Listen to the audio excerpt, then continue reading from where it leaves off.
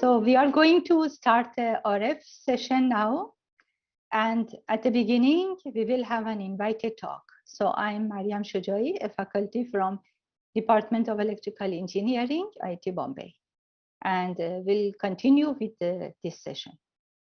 So the invited talk is given by Professor Ramesh Harjani. Professor Ramesh Harjani is E.F. Johnson Professor of Electronic Communications in the Department of Electrical and Computer Engineering at the University of Minnesota. He is a fellow of IEEE as well. He received his BTech from BITS Pilani in 1982, his MTech from IIT Delhi in 1984, and his PhD from Carnegie Mellon University in 1989, all in electrical engineering. He is the co-founder of Bermai, a startup company developing CMOS chips for wireless multimedia applications in 2001. His research interests include analog RF circuits for wireless communication systems.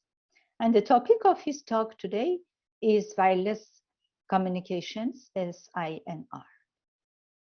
So we may go ahead with and listen to Professor Harjani's talk. Good afternoon. My name is Ramesh Harjani. I'm a professor in the Department of Electrical Engineering at the University of Minnesota. Today I'm going to talk about wireless communication and how we should focus on SINR, which is signal to interference ratio rather than signal to noise ratio. In particular, I'm going to give you the motivation for some of the work that we have done. I will talk about a passive spatial and spectral MIMO architecture. We'll discuss some of the circuit implementations and leave you with measurement results and conclusions. So if you look at this chart here, this chart I've taken from a RFIC plenary talk given by the president of MediaTek in 2016. On the x-axis shows you the year, and the y-axis shows you the number of devices connectivity to the internet. And as we see here, you've seen this graph in many places, but fundamentally what I want to leave you with is by the time we get to 2030, there's probably going to be about 100 radios per person, or 800 billion radios total on Earth. So we're going to be faced in an environment where we're going to be limited by the number of interferers around. Because of our high desire for increased connectivity, we have started using MIMO techniques. And MIMO techniques allows multiple users to use the same frequency. And here is some results out of a paper from a couple of graduate students of Professor Madhav and Rodwell. And they show that as the number of users per antenna increase, the actual requirements increase because of nonlinearity introduced by the interferers. So adding to the same concept that we said, as we increase the number of users, we're going to be limited by SINR. This was pointed to us by Cameron Hill and Professor Buckwater at this year's ICCC. So some quick takeaways on what we just discussed. We're going to have a lot of radios around, 800 billion radios by 2030. But that also means that the power consumption of radios is going to be important. This is work that some of my other student, Mustafizur Rahman, who is a faculty at IIT Delhi, has done. Spectrum is very expensive, so we're looking at full duplex radios. A number of people have been working in this area. In our lab, Nasir Musavi and Ziheng have been working on this area. The focus of this talk is really going to be SINR. We want to design radio receivers with good out-of-band rejection, so out of the frequency of operation, but we also want to design radios that can handle in-band interferers. And that's going to be the focus of the rest of the talk. We're going to be talking about a co-channel blocker resistance design. This was a paper published in 2021 at ICCC, and the work is done by my graduate student Jitesh Pujari, who got his Bachelor of Engineering at the University of Mumbai. He got his MTech from IIT Delhi and worked at Cypress Semiconductor in Bangalore before he joined my group. The work was supported by the DARPA SPAR and DARPA Align programs. So if you look at MIMO signals use multiple antennas on the transmit side and multiple antennas on the receive side to increase the capacity, and the capacity is limited by the minimum of the number of antennas on the transmit to receive. So what we are using the same frequency for all the antennas, and what we're doing is we're exploiting multipath diversity to increase capacity. So we need to have signals at each of the antennas from all directions, and traditionally we use omnidirectional antennas for this application. However, we want to be concerned about blockers. So we can have blockers as two kinds of blockers. One is a blocker that is out of band, that is outside my frequency of use, and this is something that's been handled traditionally by having some kind of spectral filter. So just a regular filter that blocks out this out of band blocker. N-path systems have been used for this area and have become fairly popular. We also want to look at the signal of interest, which may be a signal at 30 degrees and maybe a co-channel interferer at some other angle, but within the same frequency. We want to be able to look at our signal without being blocked by this co-channel interferer. So we need to use what are called spatial filter, or the filter had to be directional in space. Both of these techniques require high linearity for co-channel and out-of-band blockers. So if you look at a conventional vanilla MIMO, in a conventional vanilla MIMO, you can have signals from multiple directions, but a single blocker that is co-channel can basically jam the entire system. And additionally, because of this, the requirements for the ADCs are very strong. And so we are not the first to recognize that co-channel interference is going to be an issue. People before us have looked at this. This is some work out of ISSCC 2016, out of Harish Krishnaswamy's group. And they have used active circuits to null the direction of where a blocker may be coming, that is shown in red here. And by nulling that one direction, you can reduce the impact of that blocker. Now, since you're using active circuits, they tend to have limited IIP3, and you can extend this in an ad hoc fashion to the other blockers as well. So we have taken a different approach slightly. We have basically recognized that beamforming has similarities to FFTs. So if you do beamforming in the front end, so right at the antenna, which with omnidirectional antennas, we do beamforming, and effectively we're doing an FFT. This takes the signals through the ADCs, and then we can do an inverse FFT in the digital domain where we still get all the omnidirectional antennas. And so this works as a full MIMO systems. And what we see that the different beams do not interfere with each other. Additionally, since we're doing beamforming, the amount of signals coming into each ADC is reduced, and we have lower requirements for the ADCs in each path.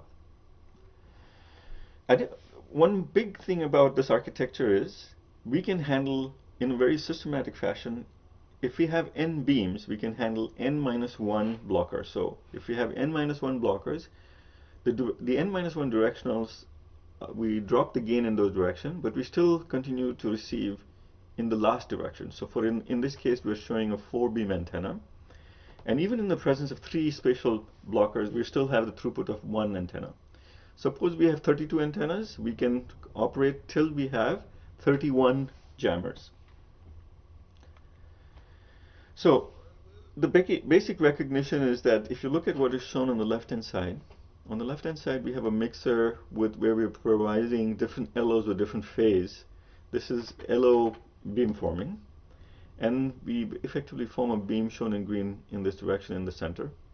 We can do the same thing by using N-path filters and providing different phases to the different clocks of the N-path, and we can realize the same conceptual architecture. So we can create a beam in the direction shown, in the one direction shown on the right-hand side using this technique.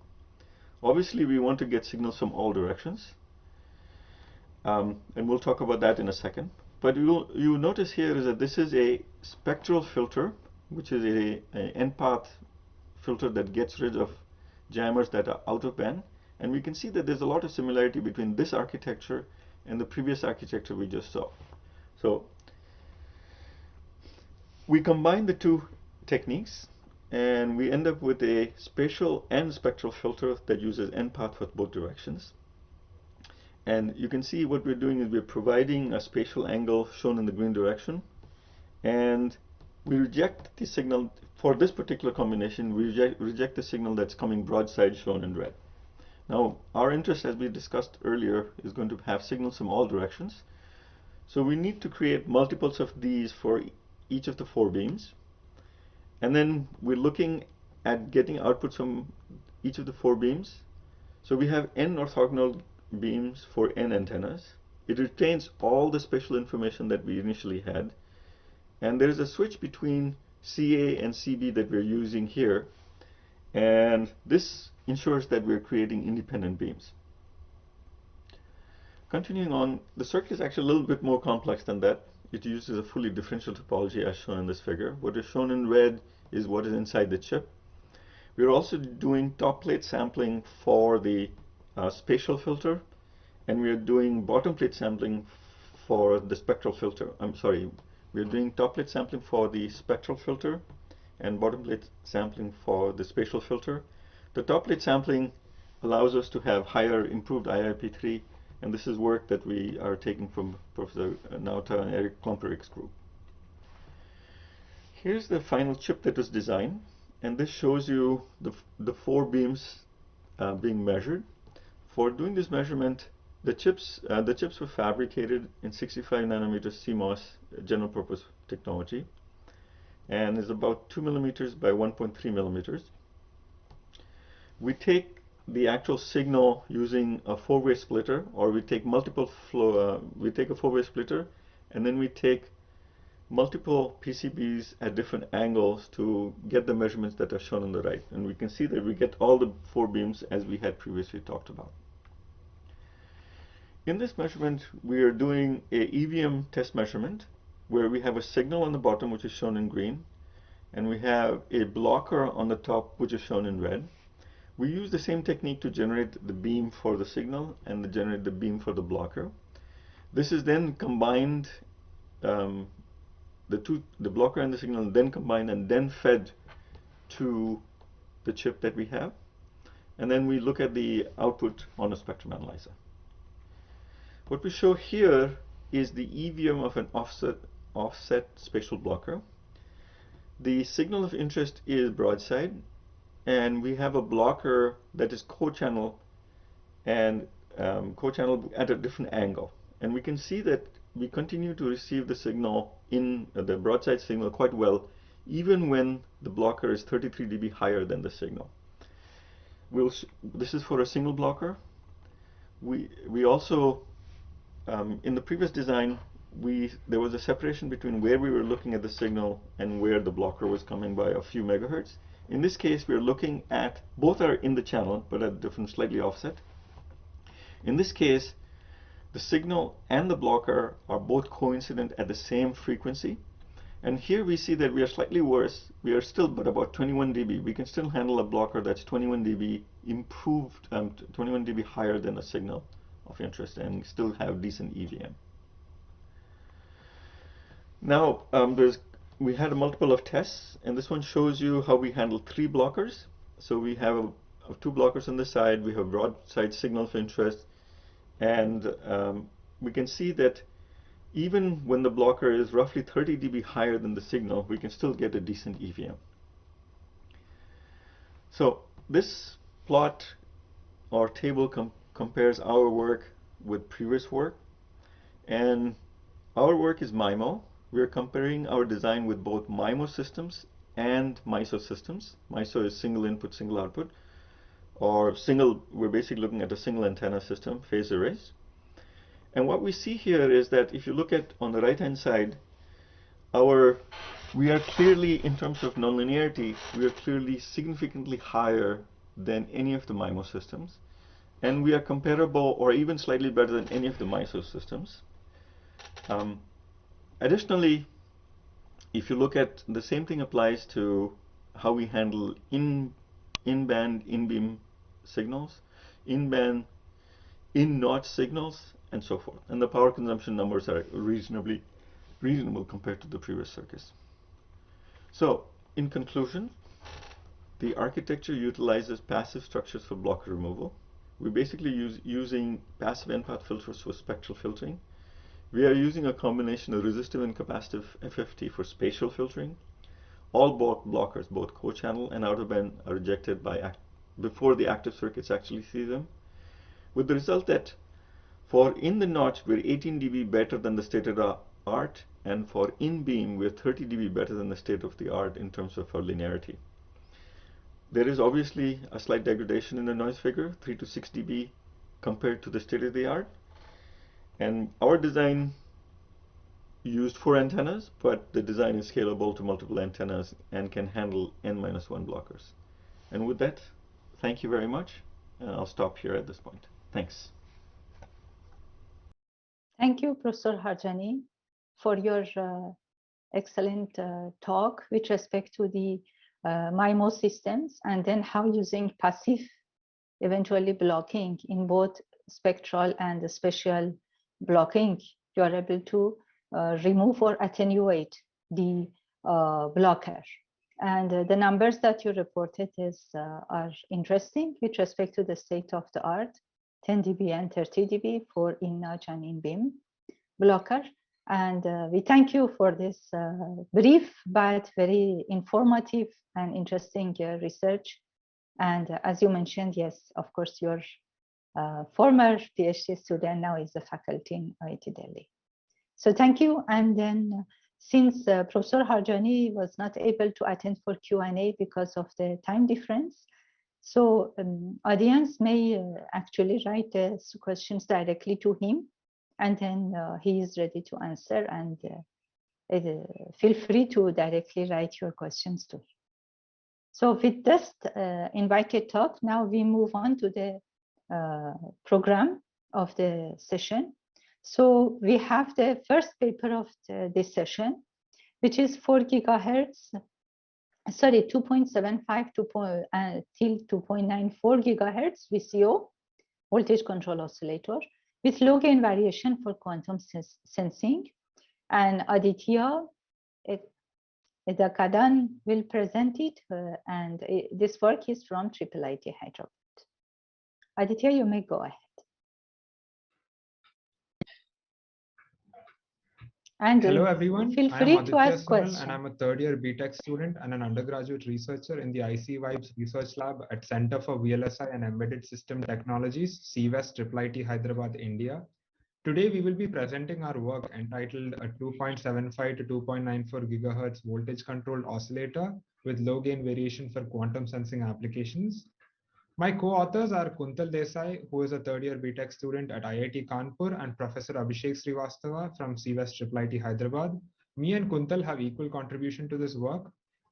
I would like to thank the organizers of this conference for giving us this opportunity to present our work and truly appreciate their efforts to organize this conference. I will begin this presentation by discussing the motivation behind this work. Quantum sensing has a wide array of applications, and recently there have been strong efforts made towards realizing on-chip solutions for quantum sensing. Considering the application of NV magnetometry, NV center in diamond behaves as an isolated electronic spin system that can be used for quantum sensing. The NV defect has its ground level in a spin triplet state whose sublevels are split in energy into a singlet and doublet of degenerate energy levels separated by 2.87 gigahertz. On applying an external magnetic field, a Zeeman shift is induced.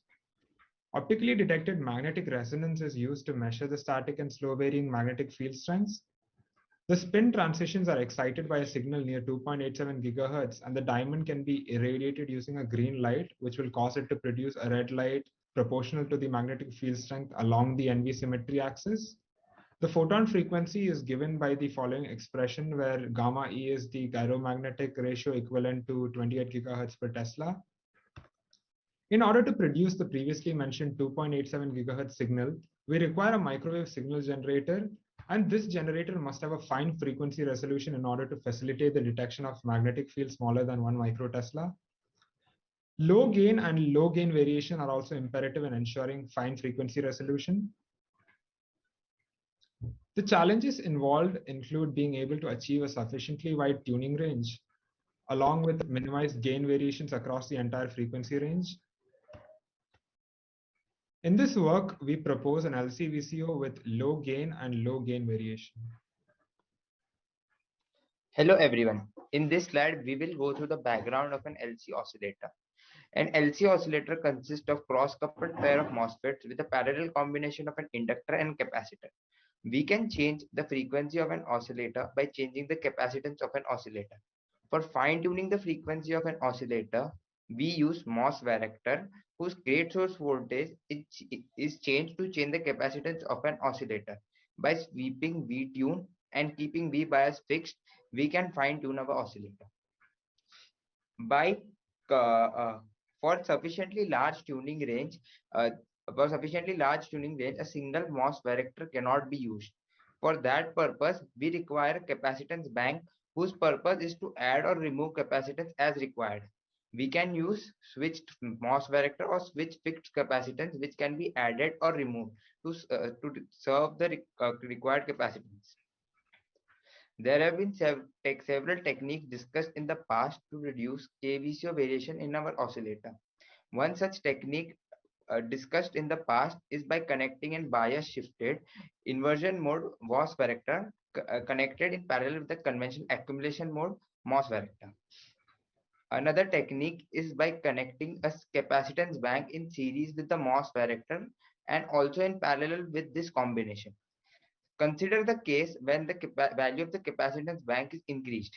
If the value of capacitance bank is increased, the capacitance bank connected in series with the MOS varactor will increase the KVCO value, while the capacitance bank connected in parallel with the MOS varactor will decrease the KVCO value. So such opposite impact on KVCO will reduce the variation in our oscillator. Next, we will discuss the proposed architecture of our oscillator that has a sufficiently large tuning range, low gain, and low gain variation. The VCO gain of our oscillator depends on the ratio of change of capacitance of MOS varactor and the overall capacitance of our oscillator. If this ratio is small, we can achieve low gain. This can be achieved by using MOS varactors with minimum area and cross-coupled pair having sufficiently high area. Now we will have a look at the formula of KVCO, in which all the variables are as defined in our circuit, and Bz being the sum of the V bias and the flat band voltage of our MOS varactor. Now consider the case when C bank is held constant and we are sweeping V tune for fine tuning. In this case, consider when V tune and Vz is large. We will observe that the KVCO value will be low, which will also result in a very low tuning range, which is not desirable. There is a trade-off between KVCO and tuning range, and in this short frequency range, the tuning range is more preferred. So the operating points of V tune are chosen such that the difference between V tune and Vz is small. Now consider a scenario when C bank is being changed for coarse tuning and all the other parameters are held constant. From the above formula of KVCO, we can see that the KVCO variation will be pretty high throughout our frequency range. So we propose that with the changing C bank, we change Vz, that is V bias and flat band voltage of our MOS varactor. Since the flat band voltage is constant, we will change V bias. This too can be controlled simultaneously through an n-bit digital signal. This n-bit digital signal can control the capacitance of our capacitance bank, and this n-bit signal can be fed through digital analog converter to control the V bias of V bias. From the above formula of KVCO, we can infer that if the value of C bank is increased, V bias must be increased and vice versa. We have implemented a proposed architecture in TSMC 180 nanometer CMOS technology. The LC tank consists of an inductor L, MOS varactor CV used for fine tuning of oscillator, blocking capacitance CB for providing a stable bias to the MOS varactors, and the capacitor bank consisting of unit capacitance which can be added or removed by the n-bit digital signal. We have used MIM capacitors as capacitances for simulations. The C bank is controlled by 16-bit digital signal, which also controls V bias through a digital analog converter. These two are used in conjecture to minimize variations in KVC. Yeah. Now we have the post-layout simulation results.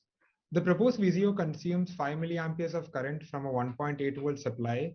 The VTune is swept from 300 millivolt to 800 millivolt, and the output is taken at one of the cross-coupled pair gates.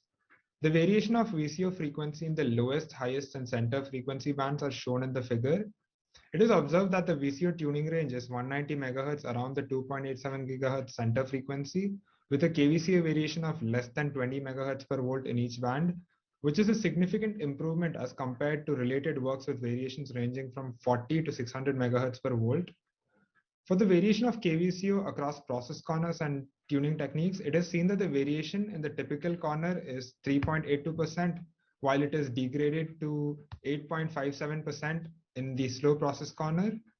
Disabling V-bias tuning causes the variation to increase to 6.57%, and the variation of phase noise across bands is also shown here. There's a degradation of phase noise performance with an increase in the capacitor bank values. Now we have the performance summary. For fair comparison of the VCO performance, a new FOM has been proposed which takes into consideration the KVCO variations. Here we have the performance summary and design comparison of the proposed design with other recently reported related works. This work achieves the minimum KVCO variation compared to other works. The FOM of the proposed design is significantly higher than that of the related works. The smaller tuning range is justified as our proposed architecture is aimed at low KVCO design specific for NV magnetometry. There is a clear trade-off between the tuning range, KVCO, and power consumption.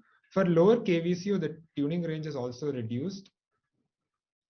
The overall tuning range can, however, be increased by using bigger capacitor banks with more unit capacitances as per the requirement. Conclusion. In this work, we have presented a technique to design an LCVCO with low gain and low gain variation suitable for highly sensitive quantum sensing applications. A new FOM has been defined to capture the effects of the VCO variation on VCO performance. The proposed VCO has been designed and implemented in 180 nanometer CMOS technology. The implemented design achieves a phase noise and FOM of -118.64 dBc per Hertz and 172.44 dBc per Hertz respectively at a 1 MHz offset from the center frequency of 2.94 GHz. The proposed LCVCO achieves a tuning range of 2.75 to 2.94 GHz and exhibits low KVCO of less than 38 MHz per volt and low KVCO variation of 3.82%, which is much better than other recently reported works.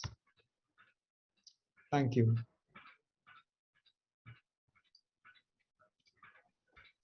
Thank you for the presentation. So if there are questions, we can go ahead with the Q&A from audience. Okay, so then I have a question here from you. So the work that you have used as reference, they have fabricated their own chip, right? Are you comparing with measurement results? Because your work is simulation.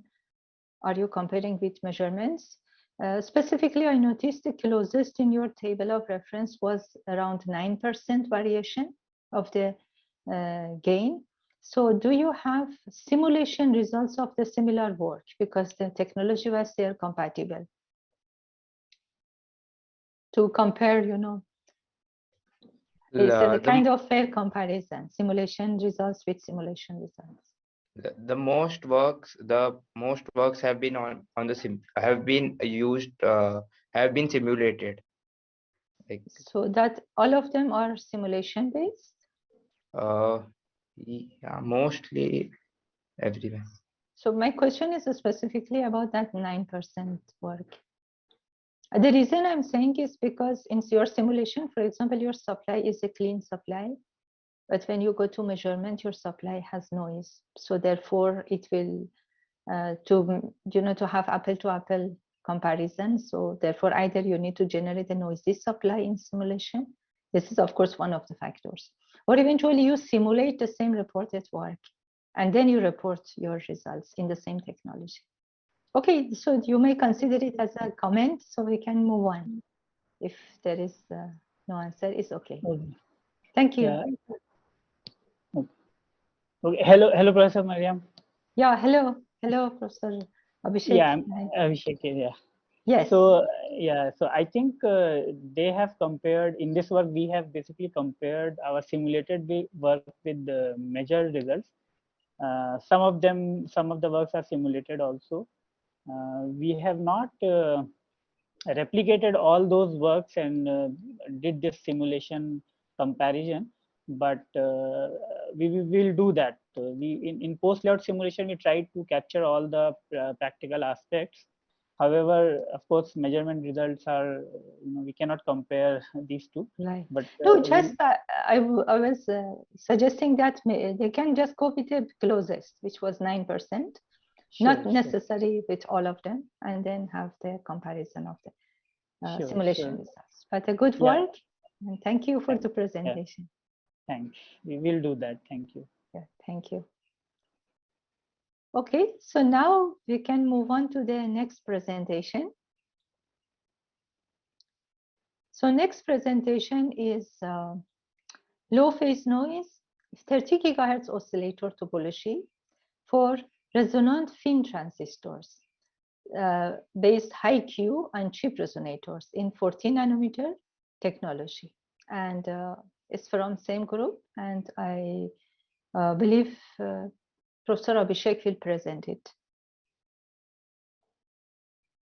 Yeah, you may go. Hello everyone. My name is Abhishek Srivastava. I am an assistant professor at Center for VLSI Design and Embedded System Technologies, CVS at IIIT Hyderabad. Today I am going to present my research paper, a low phase noise 30 gigahertz oscillator topology for resonant FIM transistor based high Q on chip resonators in 14 nanometer technologies. My co-authors are Vaibhav, Dana, and Shreyas from Purdue University, Electrical and Computer Engineering Department. So before I start, I would also like to thank the organizing committee for giving me this opportunity and appreciate their efforts to conduct this conference in a fantastic way. So I will present my work by first discussing the motivation, followed by the proposed design, its implementation, and then conclusion. So I'll start my presentation with the motivation of the work. So at present, there has been an increase in demands for high-speed wireless communication for different applications, such as 5G scenarios. For example, augmented reality, or say medical cases. All these high-speed wireless communication essentially requires very high bandwidth, which essentially needs high carrier frequency. For example, for hundreds of megahertz to 10 gigahertz of bandwidth may be needed in high-speed 5G communications applications, which will need more than 10 gigahertz carrier. And recently, Qualcomm and Apple have come up with their products which are in millimeter wave range. So millimeter wave spectrum, about 30 gigahertz for 5G, has become a reality now. And typically, in order to get higher bandwidth, transceiver arrays are used in massive MIMO fashion to aggregate bandwidth of each transceiver channel and eventually getting higher bandwidth. So question is how to generate millimeter wave carriers efficiently for large array of transceivers. So as this shown in this figure, suppose it is having a large array of transceivers, multiple horizontal and vertical channels. So what are the choices available for giving clocks or for every channel to produce high carrier frequency. First choice could be distribution from a common source. So we make a common source and then distribute clock for each channel separately. But that will include a lot of routing power requirement, and also there will be less control over phases of clocks reaching to each transceiver channel. So what is the other option? Other option is PLL based local RF carriers for each transceiver. However, every transceiver, if we realize PLL, it will result into a bulkier and costlier solution because each PLL will need a crystal for its reference. So desirable is high oscillator density for my massive MIMO scenario, crystal less for reduced bill of material, and PLL less for reduced area and power. So what are the alternatives if we cannot go with the common distribution and PLL based carriers? So recently, people have shown on-chip MEMS resonators at very high frequency, for example, 30 gigahertz resonant FinFET, which can be used to provide easy solution for such scenarios. So in this work, we have used this active mode MEMS resonators and build an oscillator for this. What is an active mode MEMS resonator? It is essentially a FinFET where some fins are used as a drive port and then some fins are used as a sense port. So an actuation voltage is applied at the drive port, and which causes a mechanical stress, which in turn modulates the drain current, which is sensed out.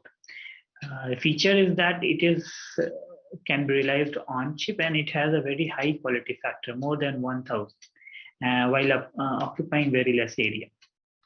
So question is, what is the electrical model for such device?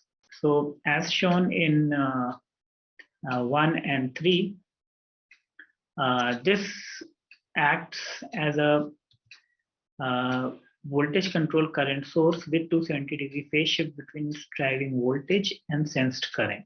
This is the electrical model of this resonator, where we have a drive port. RML and CM shows the resonant motional branch. C0 is the static capacitance of mass capacitance as the drive port, and I sense is the current sensed at the output port, and GMVA CM is to model the mechanical transduction. So what are the model parameters of this resonator? So as shown in 1, 3, and 4, at 30 gigahertz, resonator with 10K has these model parameters. These values were extracted from AC simulations and S parameter measurements from where different values were extracted. So now the question arises, this high Q low area on chip resonator, can it be used to build an oscillator, which also shows a unique feature of VCCS with 270-degree phase shift? So in this work, basically, we proposed a new topology for building this low phase noise 30 gigahertz active mode oscillator topology, which we will discuss in this presentation. So let us first see what are the requirements of for VCCS with 270-degree phase shift if we want to make an oscillator. What are the basic requirements? So as shown in this figure, we have input voltage and output current, and there's a phase shift of minus 270 degrees. So first of all, in order to make the oscillator, we need to fulfill the Barkhausen criteria in the loop. The first requirement is that this current should be converted into a voltage quantity. So an I to V converter is needed. Second requirement is that the overall phase shift should be 360 degree or 0 degree. So additional 90 degree phase shifter is needed. And then we might also need an additional gain stage in order to fulfill the Barkhausen criteria in the closed loop. So considering this thought, the proposed oscillator topology is like this, where we propose to use a capacitor as I to V converter with a phase shift of minus 90 degrees. So this capacitor can give a phase shift of minus 90 degree between its input current and output voltage. And for the gain stage, we propose to have a cascaded tuned gain stage because phase shift criteria is already fulfilled. We need not to have additional phase. That is why a cascade is needed, which will give a 0 degree phase shift as well as sufficient gain. So based on this idea, we propose this oscillator schematic where this block shown in green box is a resonator. This C5 is the phase shifter as well as I2V converter capacitance, and M1 and M2 comprises gain stages. We have utilized the C0 static capacitance of the resonator in the second gain stages inductor tank to reduce area to reduce area. And then this output is also given to a buffer for further measurements and simulations. So a whole idea for this oscillator was that it might give very high, very good phase noise because it has very high quality factor. So typically phase noise is described by this formula. Pn is equal to 10 log P noise bandwidth into carrier power, where P noise is the total noise power density described by this, where S naught is the total noise power, and this omega naught by 2 delta omega square is the noise shaping function, and which is very well known as Leesen's heuristic equation. So intuitively, if we have very high quality factor, it should give us low phase noise. Let's see it with this simple depiction. So as we can see in this circuit, we have two tanks in cascade. One is L0, C0, and other is the motional branch. The two tank in cascade, the quality factor is high for RFT and tank has low Q. But cascade will give us a resonance, characteristic like this, impedance versus frequency, and we can see that near resonant frequency we might expect to have high quality factor. So intuitively, this structure should give very high Q and hence low phase noise. But point to remember is that these two resonances must be matched closely. So these are, say, the main noise contributing factors: thermal noise of RM, thermal noise of sense, and flicker. For an ideal case where we want to determine the fundamental limit of the phase noise, we only consider noise from RFT and assume that gain stage is not contributing any noise, and overall gain, loop gain is 1. So considering that, and carrier power is the oscillator amplitude of oscillation squared by 2. If we take an example for 30 gigahertz, 10,000 quality factor resonator with RM332, for fundamental limits, considering ideal scenario where only RM is noisy, we get a value of phase noise of minus 163 dBc per hertz at 1 megahertz offset, which is much low as compared to the existing LC oscillator. So the fundamental limit of this topology can give us very low phase noise values and can improve the state of the art significantly. So the proposed topology has been implemented in 14 nanometer GF global foundry process, and it has been simulated. This figure shows phase noise simulation of process corner. It shows that phase noise is less than minus 143 dBc per hertz at 1 megahertz across the process corner, and even for a quality factor of 1K, phase noise is minus 127 dBc per hertz. And as we discussed that these two tanks resonant frequencies should be matched to a close value, but if they are different, then the phase noise will be affected. So this plot captures that effect. If say L0 C0 tank frequency is different than RML and CM, then what will be the effect on phase noise? So we captured that by varying C naught, and as shown that if C naught variation is about 12 femtofarad, phase noise variation is less than 5 dB. So the C naught variation of 12 femtofarad corresponds to a frequency deviation of about 4 GHz. So the proposed topology, when the tank resonance is matching closely with RFT, can provide PN improvement of more than 20 dB as compared to the existing conventional LC oscillator. This slide shows the performance summary and comparison of comparison with other work, where as shown, the proposed design can produce phase noise performance improvement of more than 20 dB.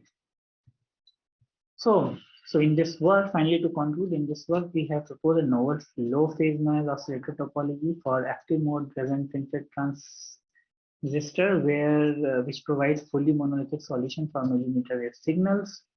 And in order to validate the proposed topology, we designed and implemented a 30 GHz oscillator in 40 nanometer global foundry technology. And post-load simulation shows that it consumes about 5.5 milliwatt of power from 0.8 volt supply and exhibit a phase noise less than -144 dBc per hertz at 1 megahertz offset for 30 GHz carrier, which is more than 20 dB better than the existing LC oscillators. So, thank you. So thanks, Professor Abhishek, for the presentation. Actually, there is one question in the chat box that I believe is related to the previous presentation, but because it is from same group, so I would like to mention it if you can answer. How do you keep the gain variation low for a higher frequency range? Will your figure of merit be high if you keep the frequency range high like other reported works? Because you had a new figure of merit. Right. How do we keep the gain variation low for a higher frequency range? I think figure of merit depends on the frequency, so maybe it's not normalized. Yeah.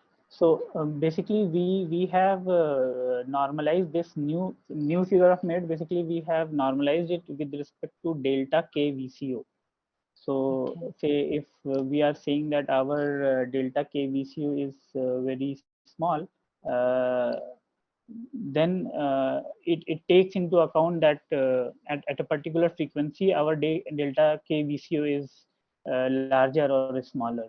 So basically, this FOM is normalized with respect to this delta K VCO. So, Okay. Yeah. Okay, so I think maybe that is the reason. So we can discuss later, maybe. But yeah, and Sure. yeah. So I will say that who asked Saurabh asked this question. Maybe we can get back to you with more details on email regarding this question. Okay, I think Saurabh actually is forwarding emails. So he's see. not, but he can tell you who asked the question, Okay. and then you can get back. Sure. Yeah, because the units are not same. Yeah. When you normalize with the same units. Right. So Aditya or Kuntal, do you have any thing to say on this question? Are they here? Yes, sir. Yeah, maybe I don't remember the expression. If you can explain this. Yeah. Like by increasing the frequency range, obviously the KVCO variation will increase little bit, but it would not increase. It would not increase in much rise. That means the variation will obviously increase with the increasing tuning range, but the rise of the KVCO variation will be small because of this changing V bias. Okay. Thanks, Kundan. Then, if there are no more questions, and because time is limited, I have question, but I will keep it, and then maybe offline we'll discuss with you to avoid, going over time. And we have Sure. also award ceremony after this session. Then we will move to the next talk. Thanks, Professor Abhishek. Thanks, The next Professor talk, Maria. yeah, most welcome. So now the next paper is entitled as Design Methodology of Low Phase Noise Millimetric Wave Oscillator with Partial Cancellation of Static Capacitance of Kvco on-chip MEMS Resonator. So this paper will be presented by Ashish Hopereja. And this paper also is from IIIT Hyderabad. Hello all, this is Ashish Papreja, and I'd like to present my research work on the topic Design Methodology of Low Phase Noise (MM-Waves) Oscillator with Partial Cancellation of Static Capacitance of High-Q on-chip MEMS Resonator. The authors in this work are Shrestha Abdani Mantha and Dr. Abhishek Srivastava. So before starting the presentation, I'd like to begin with the motivation first. With the advent of MM-wave carriers in 5G communication, there has been an increase in demand for low power, fully monolithic, and low phase noise oscillators. Typically, an oscillator is used in a PLL block to achieve low noise. However, PLL requires an external crystal, which leads to a bulky solution that is not desirable at MM-wave frequencies. Therefore, there is a strong need to develop PLL-less, low noise oscillator at MM-wave frequencies. Recent advancements in microelectromechanical systems has led to the development of high quality factor resonators, which can be easily integrated with the CMOS process. The highest reported F0 times Q is of the order of 10 to the power 50, and thus can be an alternate for developing very stable oscillations at MM-wave frequencies band without using PLL. So this figure 1 shows an electrical model of a resonator. It consists of motional impedance branch RM, L, and CM, as well as the capacitance 2C0. Now, this C0 comes because of the structure of the resonator and the size. So any resonator model has two resonance mode of frequencies given by Fs and Fp, whose expressions are shown here. So if we plot the impedance of this resonator ZAB as a function of frequency, what is observed at two points, the imaginary part of ZAB becomes 0. So in other words, this resonator model can be modeled into a single resistor value. Now we'll see how the conventional techniques what people used to follow in order to build an oscillator using MEMS resonator. So any oscillator must satisfy the Barkhausen criteria, which says loop gain should be greater than 1 and phase across the loop should be a multiple of 2 and pi.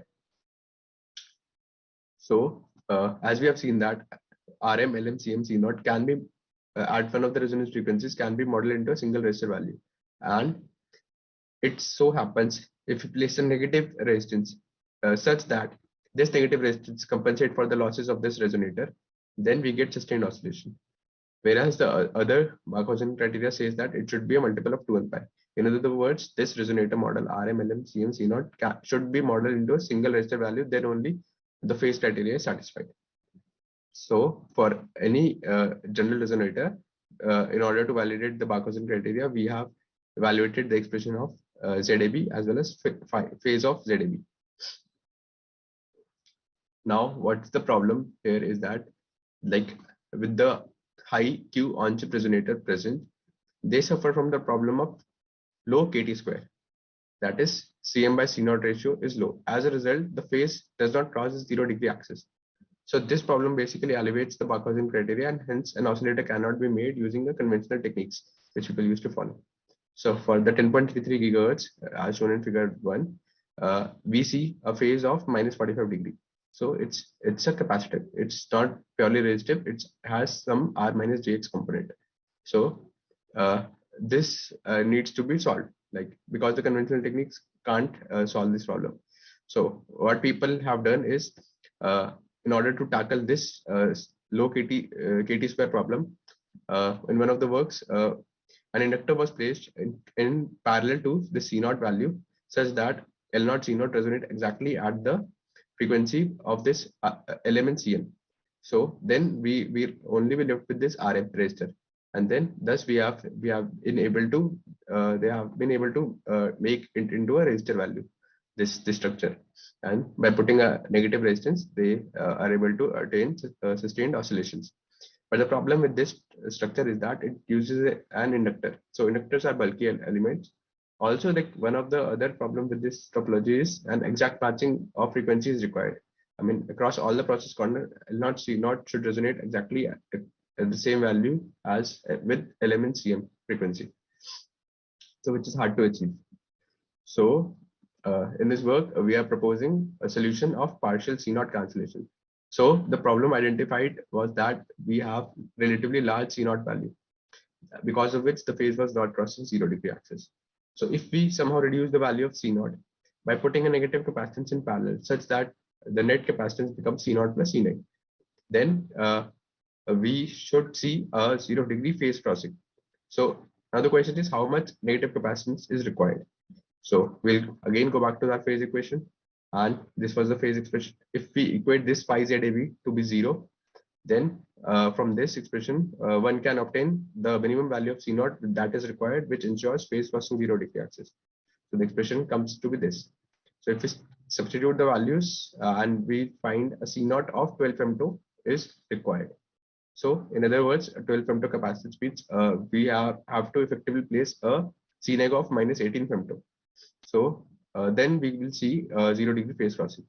So to validate this analysis, we have again plotted phase as well as impedance curve for the 10.33 GHz resonator by placing an minus 18 femto capacitance in parallel to the C0 value, and we see at 10.33 GHz we see a 0-degree phase crossing.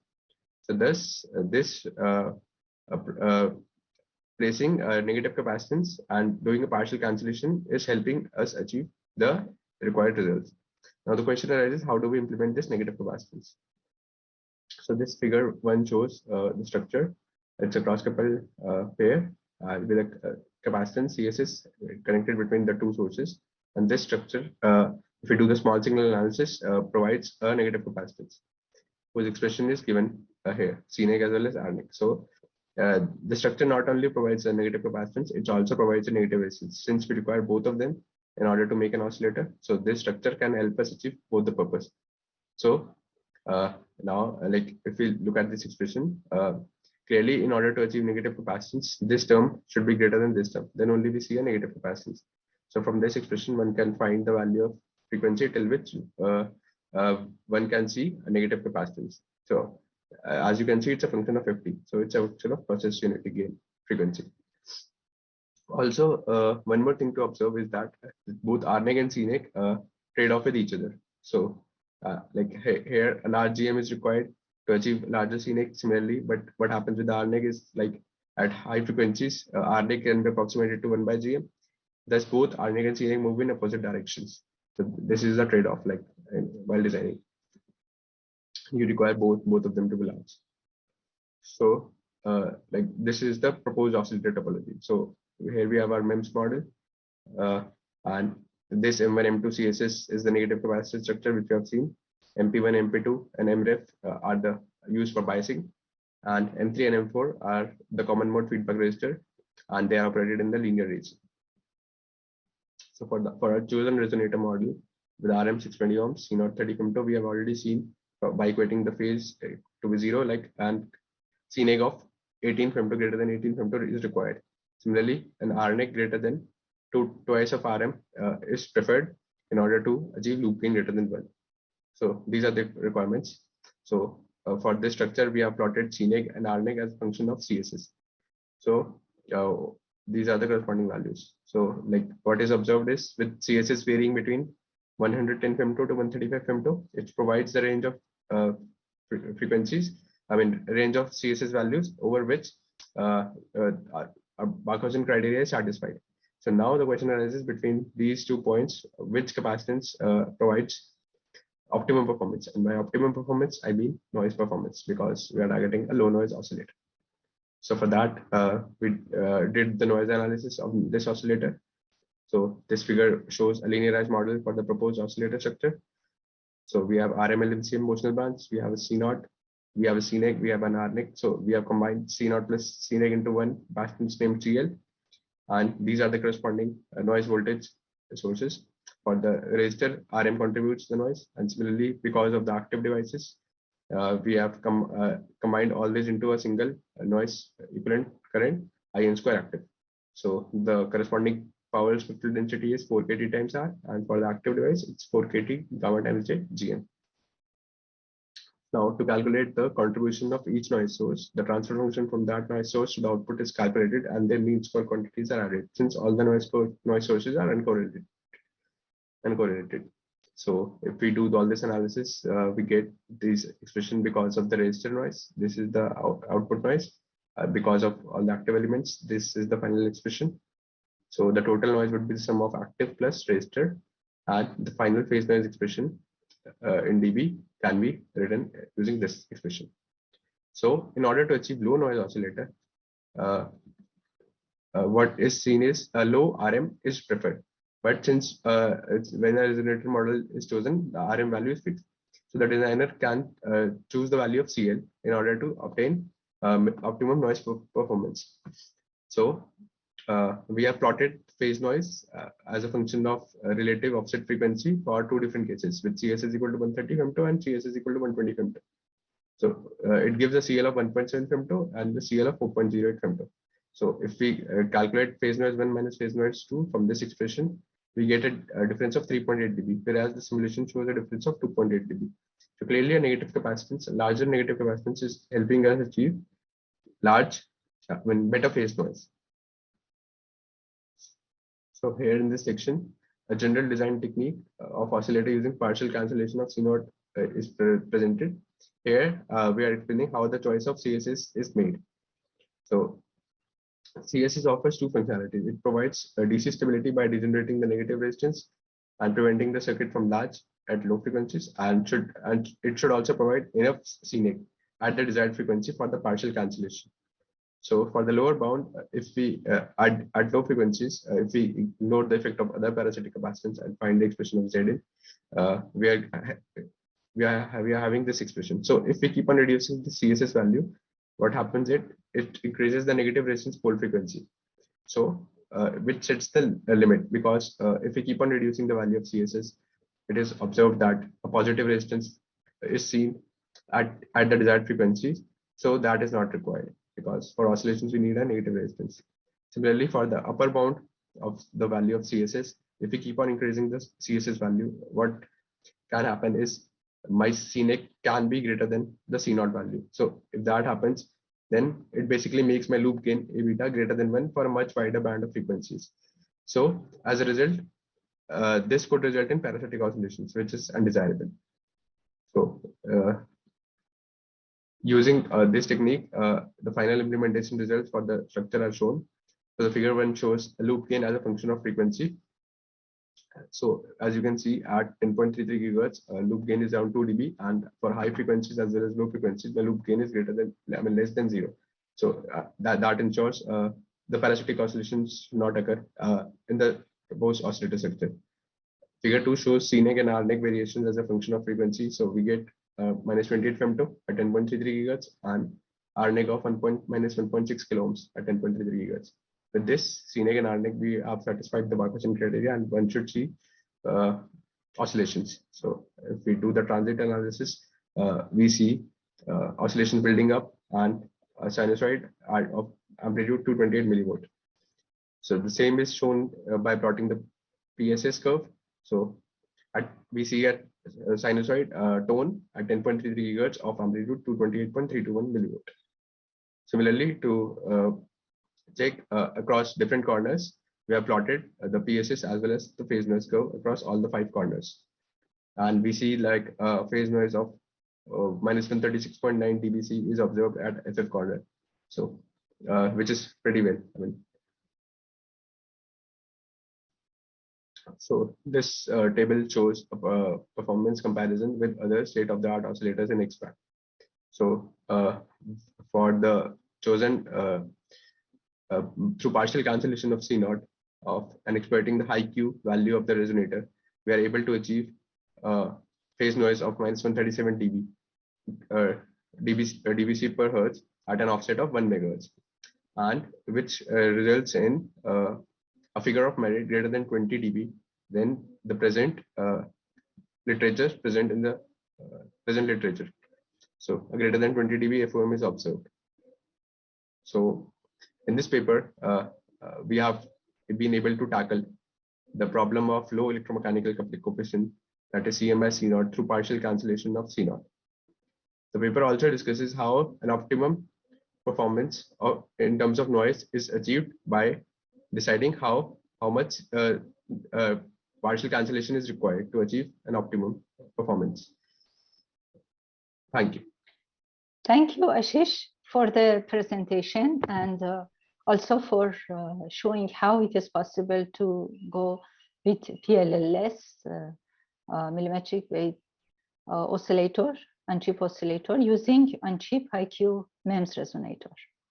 So there is no question from audience, so I would like to ask a question. Are you available for Q&A?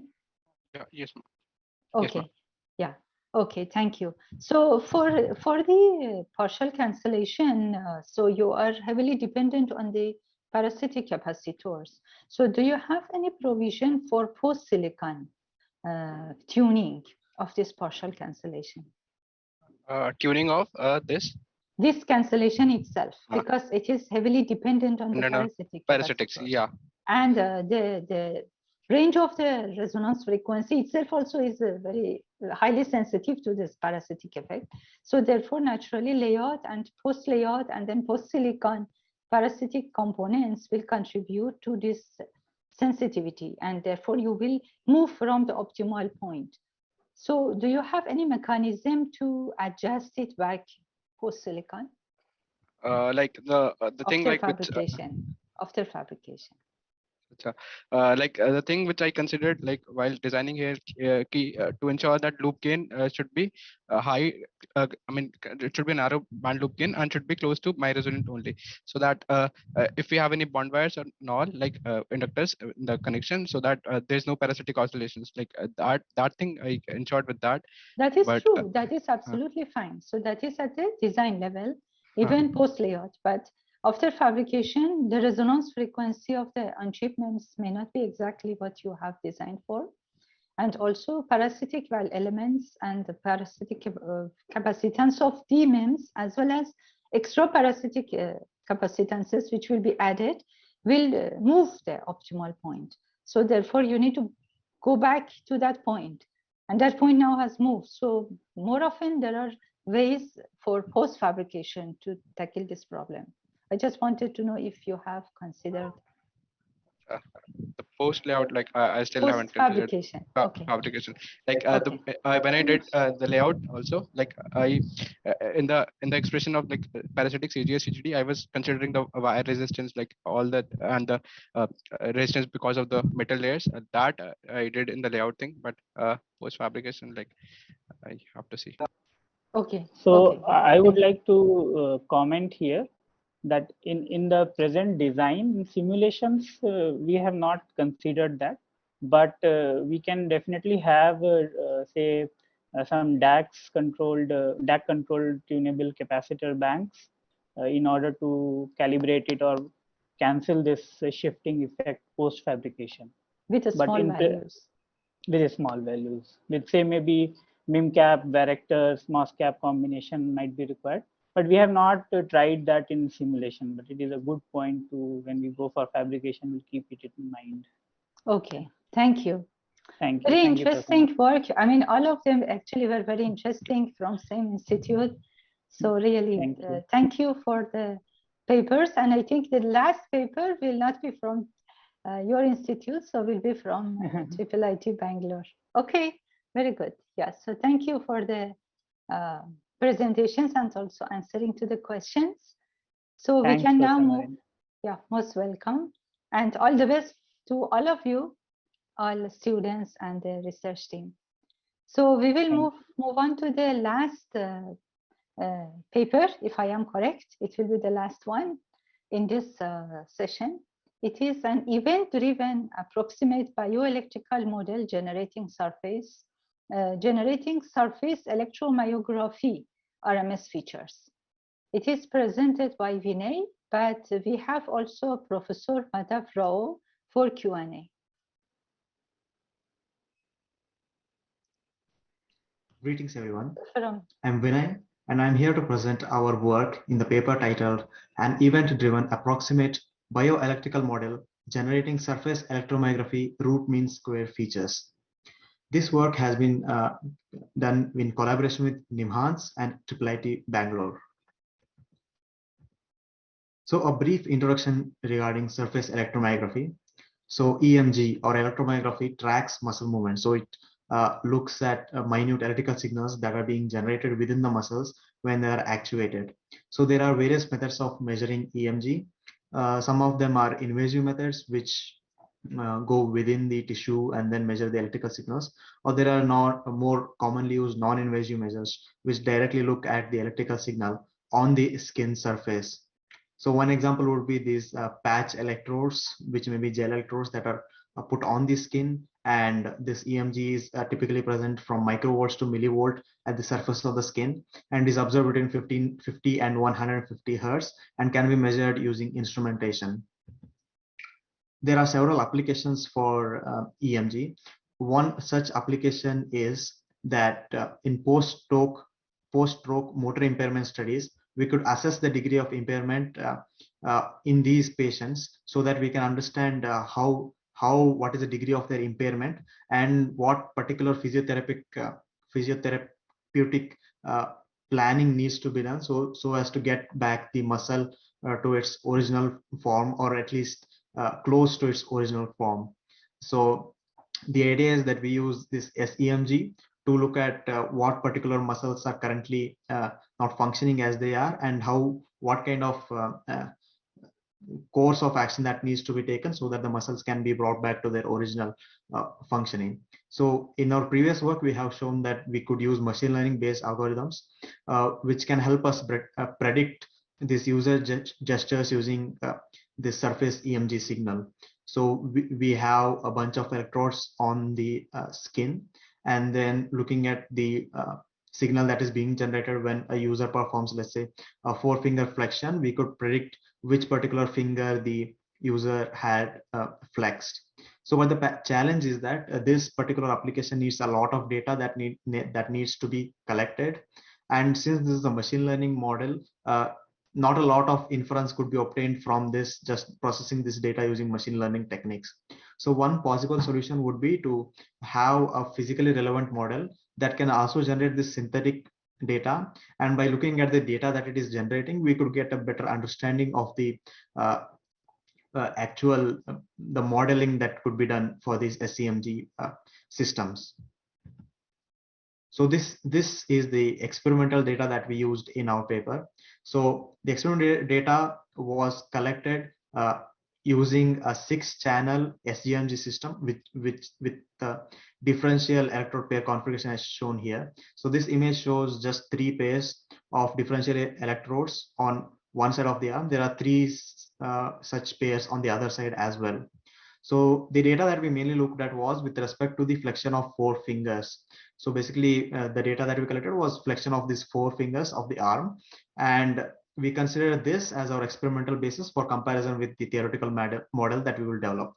So basically this is a 6-channel system, and once we have collected the raw voltage signal across time, we extracted root mean square values across 20 millisecond windows of this signal, and just the peak of this RMS value within one action was chosen as the feature for the machine learning model, so which is also described in our previous work. So basically once let's say a 4-finger is flexed, we look at the RMS values that are being generated across all the 6 channels, and for all the 6 channels, just one value, which is the maximum RMS value that was generated during that total course of the action, is taken as the feature for the machine learning model. So coming to the theoretical work, in this paper, we mainly focused at developing anatomically relevant model that we could use to understand these SEMG signals. So currently we just wanted to look at the RMS values, that is just looking at the just one value for the entire action. So we just focused on passive components and not active components. We do not want to focus more on the transients, but the final just one feature, which is the RMS. That's why we just chose a passive component grid with just resistors, and there are about 7,000 nodes within this circle of about 40 millimeters corresponding to the forearm. And in this grid, there are nodes, and each node is connected to its neighboring 4 nodes via a resistor. And this value of this resistor is determined by what region of the arm it is in. For example, the outermost region is dubbed as the skin, and we have chosen the resistance to be at 10 kilo ohm for skin, whereas for the muscle it is about 1 kilo ohm, but for the bones it's about like 1 mega ohm, but for the connective tissue between the bones it is about 100 kilo ohm. So we have roughly obtained the resistance values. More so, at least the ratio of the resistances was based on the measurements of the previous work that was done by others, basically looking at the conductivity of different tissues in the body. So by using these resistance values, the absolute resistance value does not really matter much because we'll normalize all these values. However, the ratio between these resistance matters, which we got from previous work. And similarly, this was just the network, and then we identify six electrodes analogous to our experimental setup on the skin surface. So based on the experimental data, what we did was for each finger flexion, for example, the forefinger flexion, we associated the whole finger movement to just one muscle group. So we have associated each finger movement to one muscle group. We designated these as M1 to M4 for each finger. And the position of this muscle group was modeled as just a voltage source that was connected to one of the nodes of this grid. And then what we did was for each muscle group and the particular experimental data that we collected, we tried to find the best possible location wherein which this voltage source could be attached in this grid of resistors, so that we will get the RMS values at all the 6 electrodes as the experiment suggests. So there was basically a trial and error method that the algorithm performed, basically attaching a voltage source to a particular node and then just giving it a voltage and looking at what voltage would be seen at each of the 6 electrodes that we would measure, and then it will compare that to the experimental data that we had obtained, and then basically it will do that for each point, and therefore we get this particular heat map for one particular experimental measurement. So that shows basically how what would be the most probable position of this muscle group. So the darker color corresponds to a lower fit error, so basically which is let's say around this region, and this red dot corresponds to the lowest error that was found. Similarly, this has been done for all 4 muscle groups, and this is just one data point among all the experimental data that we have. So similarly, what we did, so this shows the actual data of that is being fitted. So as you can see, for the first muscle group M1, the experimental data is as such, and it has placed the muscle group 1 position here, which is a voltage source, and then corresponding RMS output is shown in orange. So as you can see, it is trying to match the position of the voltage source as best as it can, so that it can match this trend that is seen in the experimental data. So this is just showing the data for one experimental data that we have, but in total we have 306 such experimental trials which give us all these different points. For example, if we just look at muscle group 1, each of the trials gives us various points. So they may be clustered. Let's say for this M3, most of them are clustered around here and around here. So each experimental trial will give us a probable location of the muscle group, which is basically modeled as a voltage source for that trial. And then for this is associated to each finger flexion. So that's why there are like 4 different colors, because we looked at 4 different finger flexions. And then we took the average position of all the data that we have for all the 4 muscles, so which is basically M1 and M4. So therefore this model found the mean position of the muscle groups for all the 4 finger flexions. So for generating the data, we could just use this mean position and attach a voltage source here in order to generate the data that we would need. So, and then so we did to generate the synthetic data for machine learning techniques. We just took out the resistor grid, and then we added 4 voltage sources M1 to here, and then we these just correspond to the different finger flexions. And then there is the sensing circuit, which is at the outermost layer at the skins, which correspond to all the electrodes, and the voltage that is measured at these electrodes is basically the data that will be given to the machine learning model. So, but also in order to introduce a noise, we modeled the noise also for this system. So one aspect of the noise is trial to trial variation, which accounts for muscle fatigue and change in the muscle intensity when a person performs the same action. So that is also modeled as a normal distribution. And similarly, we added a measurement noise, which can be attributed to different like electrical sources of noise or measurement errors. So that is also modeled as a normal error. So when we wanted to generate synthetic data, it passes through the system with certain error, which is chosen at random, and then a synthetic data in terms of the RMS value at each electrode is generated. So basically this model generates the RMS value at each electrode. So we get like 6 numbers. And then we looked at a comparison between the experimental and the synthesized results. So what we did was we took this RMS feature, which is similar to the experimental procedure that we had done. So basically for each, let's say 1 finger flexion during that action window, we calculate RMS at all 6 electrodes, and that is given to a support vector machine classifier, which will predict which particular finger was flexed in that particular motion. So on the top figure here, what is plotted here is the number of electrodes used versus the accuracy of the model. So if you look at the first, which just shows it just uses 1 of the electrodes out of all 6 electrodes, we say the maximum accuracy that we can get is around 45 to 50% accuracy. So similarly, if you use 2 electrodes, we see that the accuracy increases to 75%.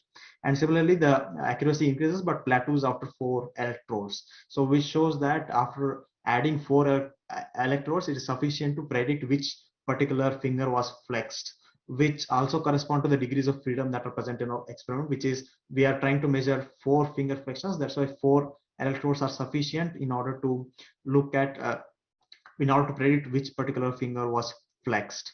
So a similar trend was also observed in the synthesized results. So as you can see, for the first electrode, the model also predicted around 30 to 40% of accuracy if just 1 electrode in the synthesized results was used. And similarly, the a trend which shows that the accuracy plateaus after just 4 electrodes is also seen in the synthesized results.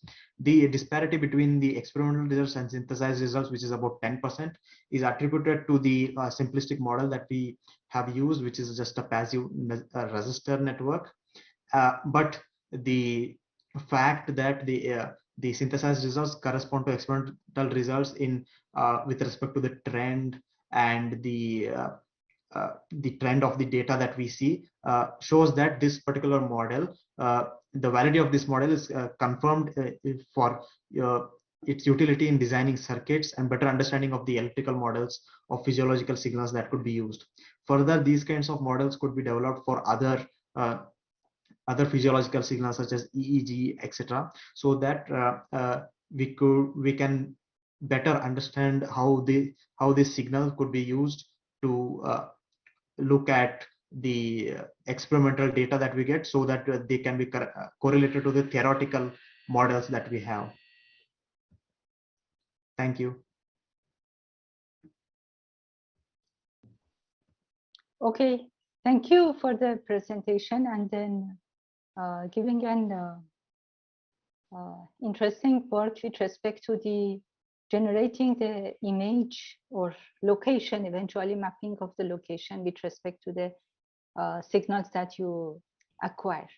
So of course, it may look like why this paper is in this session. I just wanted to clarify that we have designed a program of the conference in such a way that to have the best optimal distribution of papers across sessions.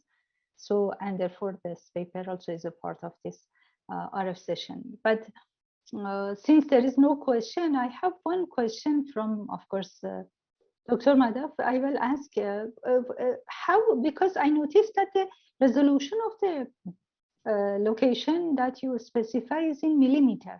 So how results get affected by the location of the electrodes, and whether you actually correlate them and then you always tag them with the location of electrodes when you want to use them with respect to the, for example, training or later with respect to the inference?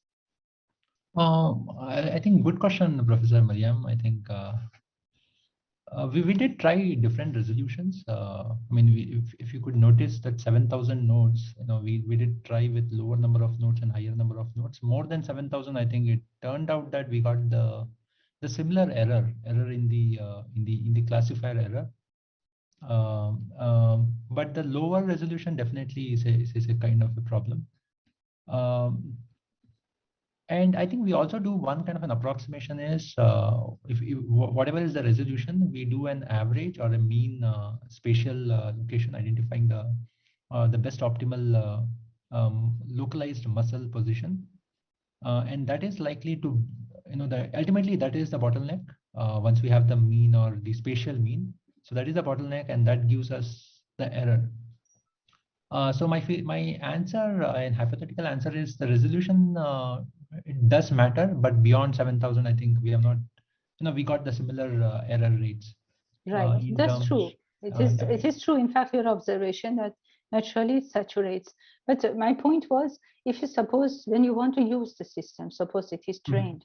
Now, when you want to use the system, so location of electrodes may not be exactly same as the locations which are used for the training. Let's say maybe close to that. So therefore, how it affects on the right. Oh, so okay. So what I understood from your question is you're talking about the location of the electrodes, yes, not the position of the muscles. Absolutely, I think yes, that is always there. So the location of the electrodes where we make the placement, that really matters. And in fact, it matters in a when we do the experiments today with compared to tomorrow and all. Yes. So that really matters. And then this particular model, of course, the electrical model has been evolved for a series of experiments which has been conducted over time. So 306 experimental data which we used, and then try to find the optimal position.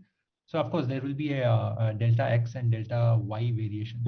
Absolutely. So do you have any idea of the, say, standard deviation or peak-to-peak variation of the no, I currently don't have that, Professor Marian, but that is something we are trying to look into. But I think in that sense, I think what the experimental the data that we acquire, that has to be more like an invasive method. That's what I feel. At a non-invasive level, I think it is still it becomes we are still playing with some kind of a distribution error. So I'm not. But I think you have the advantage of being non-invasive, and I think because you are using the machine learning, so you may be able to only create a kind of labeling with respect to the locations, and put this sigma variation of the location as a part of the information. Maybe it will help. But that's a good point, Professor Mariam. Yeah, I think. And Professor Mariam, just to for your first comment, I think I was very happy to have this paper here. Most welcome. No, it's very good. Have you as a host, yeah. Yeah, very interesting work. Yeah, thank you. Thanks for having the paper. And with your paper, in fact, we reached to the end of today's session. And if there is no question from anybody else, then we can conclude this session.